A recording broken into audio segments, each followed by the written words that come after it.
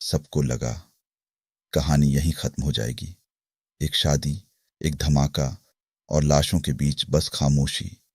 जिस आदमी ने जंगल की लकड़ी को लाल सोने में बदल दिया, जिसका नाम सुनकर सिस्टम का पसीना निकलता था, लोगों ने मान लिया कि आज वो भी मिट्टी हो गया। पर पुष्पा का एक ही नियम है, पुष्पा झुकेगा नहीं जब तक जंगल सांस ले रहा है। पुष्पा की कहानी कैसे खत्म होगी?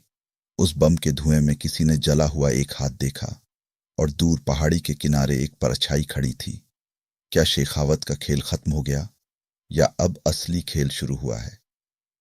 शहर के न्यूज चैनल चिल्लाने लगे, रेड सैंडल का राजा गायब।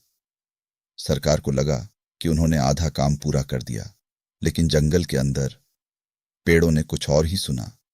जले हुए मंडप की राख में से सिर्फ एक आदमी उठने वाला था। आंखों में खून, दिल में आग और जुबान पर सिर्फ एक शब्द, बदला। अब पुष्पा के पास खोने के लिए कुछ भी नहीं बचा, न घर, न सुकून, न मोहब्बत। जब आदमी से उसका सब कुछ छीन लिया जाता है, तब वो आदमी नहीं रहता, आंधी बन जाता है।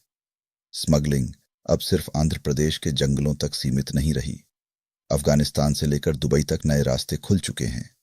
जहां पहले सिर्फ लकड़ी जाती थी, अब वहां बंदूक, नशा और राजनीति का सौदा हो रहा है। सिस्टम के पास अब एक नहीं, दो शिकारी हैं, एक वर्दी में और एक सूट टाई में। दोनों को एक ही शिकार चाहिए, पुष्पा राज। लेकिन पुष्पा भी अब पुराना वाला नहीं रहा।